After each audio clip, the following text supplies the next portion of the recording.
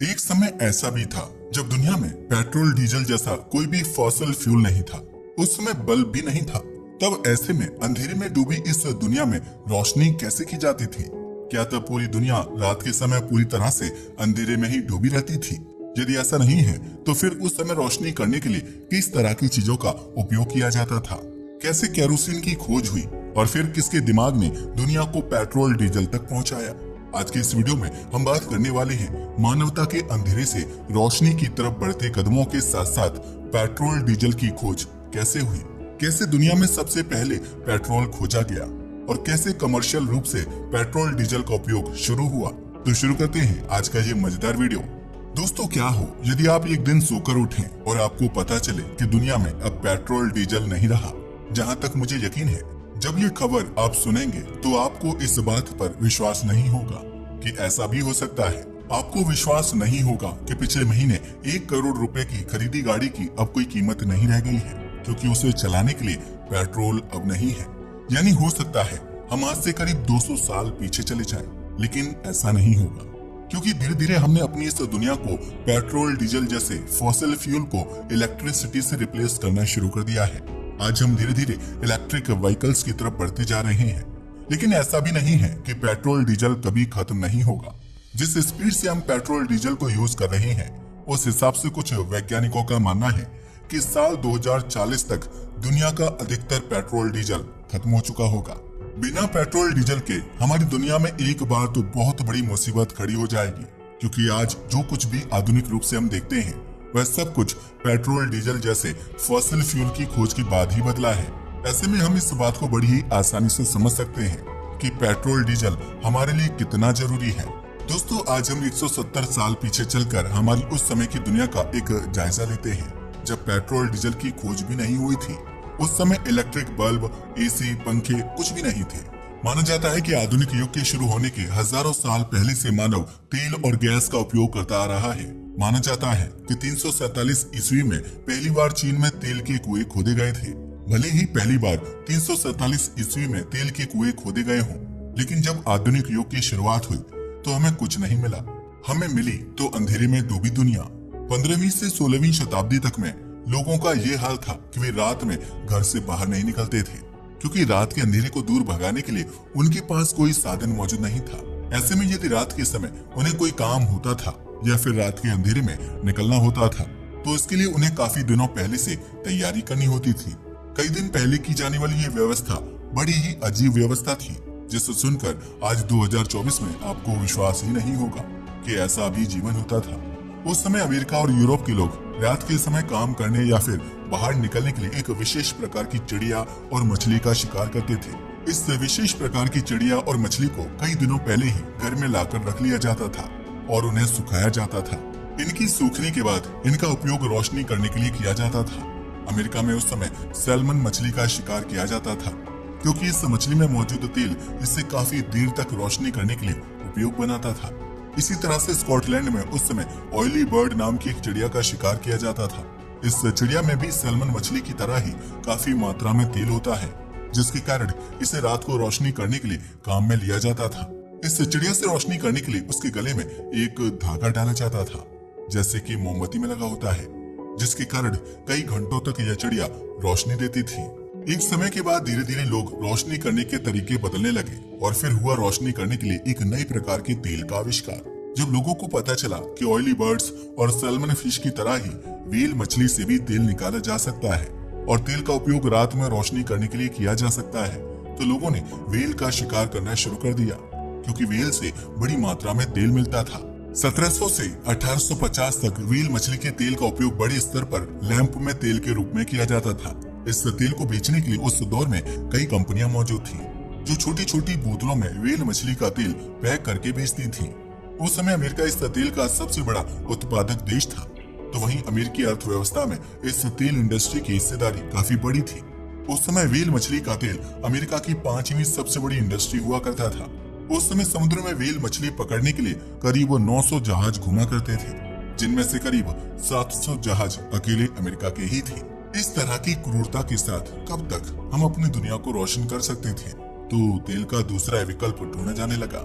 साल 1846 में कनाडा के एक भूवैज्ञानिक अब्राहम पाइनियो गैसनर ने एक नया तरीका और तेल का नया प्रकार ढूंढ निकाला जिसे बनाना काफी आसान था। तो वहीं यह व्हेल मछली के तेल की आधी कीमत में ही मिल जाता था। अब्राहम पाइनियो गैसनर ने लैंप जलाने के लिए कोयला, कोल तार और ऑयल शील को रिफाइन करके केरोसिन निकालने की टेक्नोलॉजी इजाद कर ली थी। इस फ्यूल के मार्केट में आते ही व्हेल मछली के तेल का बाजार औंधे मुंह गिर गया। अब्राहम पाइनियो गैसनर ने इसे एक अच्छे बिजनेस के रूप में देखा और उन्होंने साल 1850 में केरोसिन गैस लाइट नाम की एक कंपनी खोली और सड़कों के किनारे केरोसिन से जलने वाली लैंप लगाने का कॉन्ट्रैक्ट लेना शुरू कर दिया। यह तेल आम लोगों की पहुंच में आ गया और धीरे धीरे गरीब और अमीरों के घरों में रोशनी होने लगी। यह वह दौर था जब धीरे धीरे लोग रात के समय भी घर से बाहर निकलने लगे थे। केरोसिन की खोज के बाद भी इससे भी बेहतर फ्यूल की खोज जारी थी। साल 1858 में एक ऐसे फ्यूल की खोज हुई जिसने पूरी दुनिया की रंगत को हमेशा के लिए बदल दिया। यानी हम कह सकते हैं कि साल 1858 वह साल था जब दुनिया को बदलने की शुरुआत हुई थी। साल 1858 में अमेरिका के डार्टमाउथ कॉलेज के एक प्रोफेसर जॉर्ज बिसेल को कहीं से पता चला कि पेंसिल्वेनिया के कुछ दूर दराज के गांव में लोगों को कुछ चिपचिपा सा पदार्थ मिला है। बिसेल तुरंत वहां पहुंचे और वहां उस पदार्थ का सैंपल लेकर वापस अपने कॉलेज लौट आए। यहाँ आकर उन्होंने उस पर रिसर्च करना शुरू किया और आखिरकार कई दिनों की मेहनत के बाद उसे रिफाइन करने में सफलता प्राप्त कर ली थी। रिफाइन किए गए पदार्थ में लैंप जलाने की अद्भुत क्षमता मौजूद थी।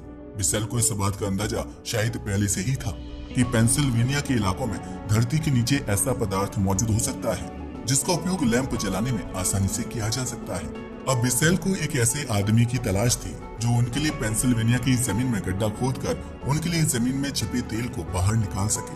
काफी तलाश करने के बाद उन्हें एडविन ड्रैक नाम का एक बंदा मिला जो इस काम के लिए तैयार हो गया। एडविन ड्रैक एक कंडक्टर था जो इससे पहले होटल में क्लर्क की नौकरी भी कर चुका था, लेकिन टेक्निकली तौर पर उसे कोई नॉलेज नहीं थी, लेकिन फिर भी वह इस काम के लिए तैयार था। एडविन ड्रैक ने पेंसिल्वेनिया के ही एक व्यक्ति विलियम स्मिथ को $2.5 प्रतिदिन के हिसाब से हायर किया। विलियम स्मिथ को जमीन में ड्रिलिंग करने का अच्छा अनुभव था। पेंसिल्वेनिया के कई इलाकों में कई महीनों की मेहनत के बाद भी कुछ नहीं मिला। जगह जगह घूमते घूमते ये लोग टाइटस विले नाम की एक जगह पर पहुंचे। विलियम स्मिथ ने यहाँ अपनी बेटी के साथ मिलकर मेटल पाइप लगाकर ड्रिलिंग करना शुरू कर दिया। यहाँ ड्रिलिंग के टाइम जमीन से कुछ तेल की बूंदें निकली जिससे थोड़ी सी उम्मीद जगी, लेकिन उसके बाद 39 फीट की ड्रिलिंग तक कुछ नहीं मिला। 39 फीट के बाद जमीन में एक बड़ा पत्थर आ गया जिसके कारण ड्रिलिंग का काम रुक गया। उस समय लोग एडविन ड्रैक और विलियम स्मिथ का मजाक उड़ाते थे कि जमीन के नीचे पानी मिल सकता है, तेल नहीं। कुछ लोगों ने तो ड्रैक को पागल तक कह दिया था। विलियम स्मिथ ड्रिलिंग रुकने के बाद स्टीम इंजन लेकर आए और उसके बाद ड्रिलिंग शुरू हुई। काफी कोशिशों के बाद आखिरकार पत्थर टूट ही गया। लगातार 60 फीट की ड्रिलिंग के बाद भी कुछ नहीं मिला तो एडविन ड्रैक की उम्मीद टूट गई और उन्होंने विलियम स्मिथ से कहा कि मुझे नहीं लगता कि यहाँ कुछ मिलेगा, तुम चाहो तो ड्रिलिंग रोक सकते हो, मैं तो जा रहा हूँ। एडविन ड्रैक प्रोफेसर बिसेल से ड्रिलिंग रोकने की सहमति लेने के लिए चले गए, लेकिन विलियम स्मिथ और उनका बेटा ड्रिलिंग करता रहा, लेकिन पूरी तरह से निराश होने के कारण ड्रिलिंग की स्पीड कम हो गई थी। 69 फीट की ड्रिलिंग तक कुछ नहीं मिला। 28 अगस्त 1859 रविवार के दिन विलियम स्मिथ एक पेड़ के नीचे आराम कर रहे थे और उनका बेटा ड्रिलिंग कर रहा था। उसी समय उन्होंने एक पाइप जमीन में डाला और उसमें फंसी मिट्टी को बाहर निकालने के लिए जैसे ही पाइप को बाहर निकाला तो उन्होंने देखा कि पाइप के निचले हिस्से में बदबूदार और चिकना काला लिक्विड लगा हुआ है। इसे देखकर विलियम के बेटे ने अपने पिता को जगाया और कहा कि उन्हें तेल मिल गया है, लेकिन विलियम को विश्वास नहीं हुआ तो बेटे ने हाथ में लगा तेल दिखाया। उसे देखते ही विलियम तुरंत पहचान गए कि ये तो वही चीज है जिसका सैंपल प्रोफेसर बिसेल ने उन्हें एक शीशी में भरकर दिया था। सोमवार को एडविन ड्रैक साइट पर आए थे ये कहने कि ड्रिलिंग बंद करके घर जाने का वक्त हो गया है, लेकिन जब उन्होंने दूर से देखा तो साइट पर लोगों की भीड़ जमा थी।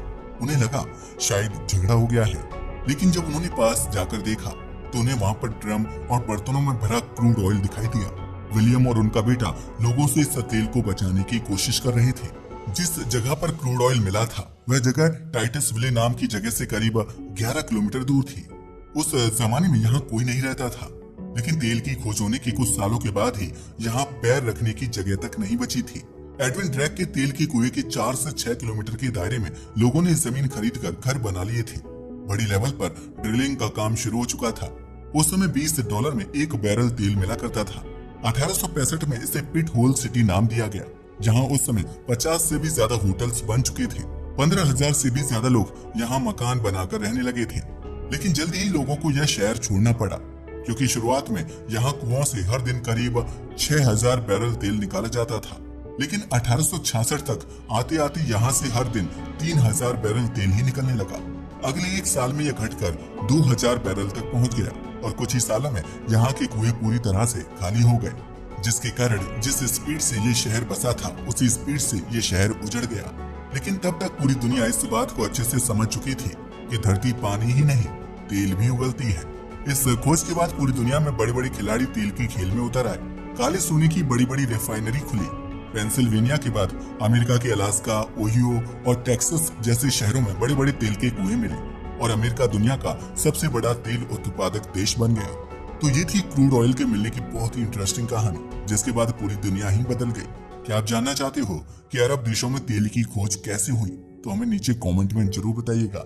आज के लिए बस इतना ही। वीडियो पसंद आया हो तो इसे लाइक और शेयर करें, साथ ही हमारे चैनल को सब्सक्राइब भी करें।